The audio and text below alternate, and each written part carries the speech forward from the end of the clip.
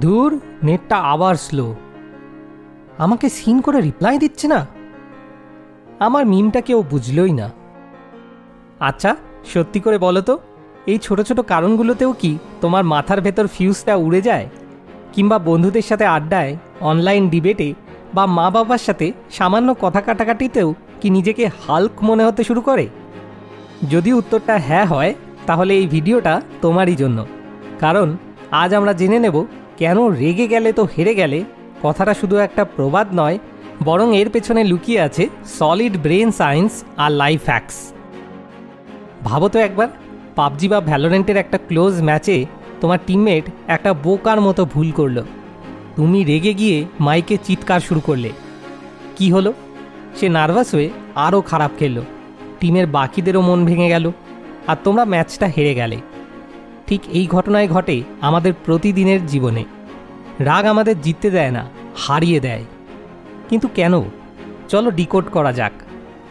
আমাদের মস্তিষ্কের ভেতরে একটা ছোট্ট বাদামের মতো অংশ আছে, যার নাম অ্যামিগডালা। একে আমাদের ব্রেনের ইমোশনাল সিকিউরিটি গার্ড বা প্যানিক বাটন বলতে পারো। এর কাজ হলো বিপদ দেখলে অ্যালার্ম বাজানো। অন্যদিকে আমাদের কপালের ঠিক পেছনে আছে প্রিফ্রন্টাল কর্টেক্স, যেটা আমাদের ব্রেনের সিইওর মতো। সব রকম যুক্তিবুদ্ধি, সিদ্ধান্ত নেওয়া, ঠিক ভুল বিচার করার মতো কঠিন কাজগুলো সেই করে। যখন তুমি স্বাভাবিক থাকো, তখন এই সিইও অর্থাৎ প্রিফ্রন্টাল কর্টেক্স সব কিছু সুন্দরভাবে পরিচালনা করে। কিন্তু যেই মুহূর্তে তুমি রেগে যাও, অ্যামিগডালা পুরো সিস্টেমটা হাইজ্যাক করে নেয়। এই ঘটনাকে বিজ্ঞানীরা বলেন অ্যামিগডালা হাইজ্যাক। যেমন গৌতম বুদ্ধ বলেছিলেন, holding on to anger is like grasping a hot coal with the intent of throwing it at someone else. You are the one who gets burned. তো এই হাইজ্যাকের সময় কি হয়? Number 1, logic gets closed. আমাদের যুক্তিবাদী প্রিফ্রন্টাল কর্টেক্স প্রায় shutdown হয়ে যায়। তাই রাগের মাথায় আমরা এমন কথা বলি বা কাজ করে ফেলি যা পরে ভাবলে মনে হয়, ছি, এটা আমি কি করলাম। নাম্বার 2, হরমোনের ঝড়। শরীর জুড়ে অ্যাড্রিনালিন আর কর্টিজল নামক স্ট্রেস হরমোন বন্যার মতো বইতে শুরু করে। হার্টবিট বেড়ে যায়, নিঃশ্বাস দ্রুত হয় এবং শরীর ফাইট অর ফ্লাইট মোডে চলে যায়। এই মোডটা বাঘের তাড়া খেলে দৌড়ে পালানোর জন্য তো দারুণ, কিন্তু ঠান্ডা মাথায় কোনো সমস্যার সমাধান করার জন্য একদমই নয়। স্ট্যানফোর্ড ইউনিভার্সিটির একটা গবেষণা অনুযায়ী রাগান্বিত অবস্থায় মানুষ বেশি ঝুঁকি নেয় এবং ভুল সিদ্ধান্ত নেওয়ার প্রবণতা অনেক বেড়ে যায়, কারণ তাদের মস্তিষ্ক তখন কোনো কাজের নেতিবাচক ফলাফলগুলো দেখতে পায় না। সোজা কথায়, রাগ আমাদের ব্রেনের জাজমেন্ট পাওয়ারকে ক্লাউডি করে দেয়। সায়েন্স তো বুঝলাম, কিন্তু রিয়েল লাইফে এর এফেক্ট কী? চলো কিছু রিলেটেবল সিনারিও দেখা যাক।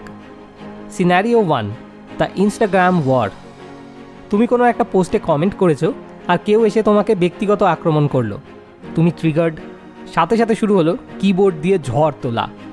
তুমিও পাল্টা বাজে কথা বললে। ফল, তোমার আসল পয়েন্টটা হারিয়ে গেল। লোকে তোমাকে অযথা চেঁচানো পাবলিক হিসেবে দেখলো, আর দিন শেষে তোমারই মন খারাপ হলো। এখানে শান্তভাবে একটা যুক্তি দিয়ে বা ইগনোর করে দিলেই তুমি কিন্তু জিতে যেতে। Scenario 2, group project drama. কলেজের গ্রুপ প্রজেক্টে একজন মেম্বার কোনো কাজই করছে না। তুমি হোয়াটসঅ্যাপ গ্রুপে তাকে ইচ্ছে মতো কথা শোনালে, ভাবলে বেশ শিক্ষা দিয়েছি। কিন্তু আদতে কি হলো? সে হয়তো ডিফেন্সিভ হয়ে গেল, তোমার সাথে তার সম্পর্ক খারাপ হলো এবং টিমের মধ্যে একটা নেগেটিভ ভাইব তৈরি হলো। এর চেয়ে ঠান্ডা মাথায় তাকে আলাদা করে তার সমস্যাটা জিজ্ঞেস করলে কাজটা অনেক সহজ হতো। Scenario 3, family feud. বাবা মা তোমার ফিউচার প্ল্যান নিয়ে এমন কিছু বললেন যা তোমার পছন্দ নয়। তুমি রেগে গিয়ে চিৎকার করে ঘর থেকে বেরিয়ে গেলে। কী লাভ হলো? কিছুই না, উল্টে একটা সুস্থ আলোচনার সুযোগ নষ্ট হলো। তারা তোমার পয়েন্ট অফ ভিউ বুঝতেই পারলেন না, আর তুমিও তাদের টেনশনটা ফিল করতে পারলে না। তো কিভাবে হবে কুল ক্যাট? অ্যাঙ্গার ম্যানেজমেন্টের কিছু লাইফ হ্যাকস দেখে নেওয়া যাক। রাগ আসবেই, এটা স্বাভাবিক, কিন্তু রাগের মাথায় হেরে না গিয়ে পরিস্থিতিকে নিজের কন্ট্রোলে আনাই হলো আসল স্মার্টনেস। এর জন্য কিছু সিম্পল টেকনিক ফলো করতে পারো। নাম্বার 1, 10 সেকেন্ডের রুল। যখনই বুঝবে রেগে যাচ্ছ, কোনো রিয়াকশন দেওয়ার আগে মনে মনে 1 থেকে 10 পর্যন্ত গোনো।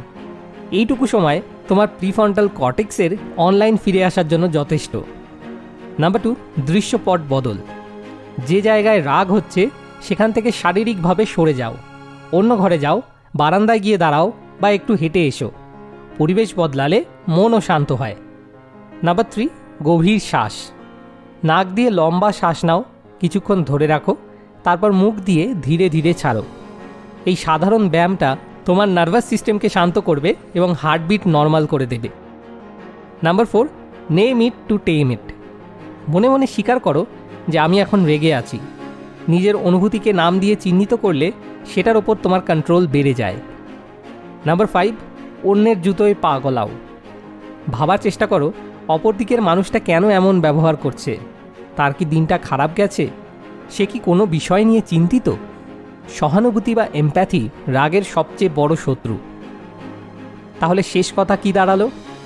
রেগে গেলে তুমি হেরে যাও, কারণ নাম্বার 1, যুক্তিবুদ্ধি লোপ পায়, তোমার ব্রেনের সিইও ছুটিতে চলে যায়। নাম্বার 2, ভুল সিদ্ধান্ত নাও, হরমোনের ঝড়ে তুমি এমন কাজ করো যা তোমার ক্ষতি করে। নাম্বার 3, সম্পর্ক নষ্ট হয়, রাগের মাথায় বলা কথা বা করা কাজ মানুষের মনে গভীর দাগ কেটে যায়। নাম্বার 4, নিজেকে দুর্বল প্রমাণ করো, রাগ ক্ষমতার লক্ষণ নয়, বরং নিজের ওপর নিয়ন্ত্রণের অভাবের লক্ষণ। আসল শক্তি পেশি ফুলিয়ে বা গলা চড়িয়ে আসে না, আসল শক্তি আসে ঠান্ডা মাথায়, কঠিন পরিস্থিতিতেও নিজের বুদ্ধি আর বিবেককে জাগিয়ে রাখার ক্ষমতা থেকে। পরের বার যখনই রাগ উঠবে নিজেকে প্রশ্ন করো, আমি কি এই অনুভূতির কাছে হেরে যাব, নাকি এটাকে কন্ট্রোল করে আমি জিতব? সিদ্ধান্ত তোমার। যেমন সদ্গুরু বলেছেন, তোমার দিকে কেউ রাগ দেখালে তা যদি তোমার পছন্দ না হয়, তাহলে তুমি কিভাবে ভাবো যে অন্যদের উপর রাগ দেখানোটা একটা সমাধান? ভিডিওটা ভালো লাগলে অবশ্যই তোমার সেই বন্ধু বা কাছের মানুষকে শেয়ার করো যার এই কথাগুলো জানা খুব দরকার। নমস্কার।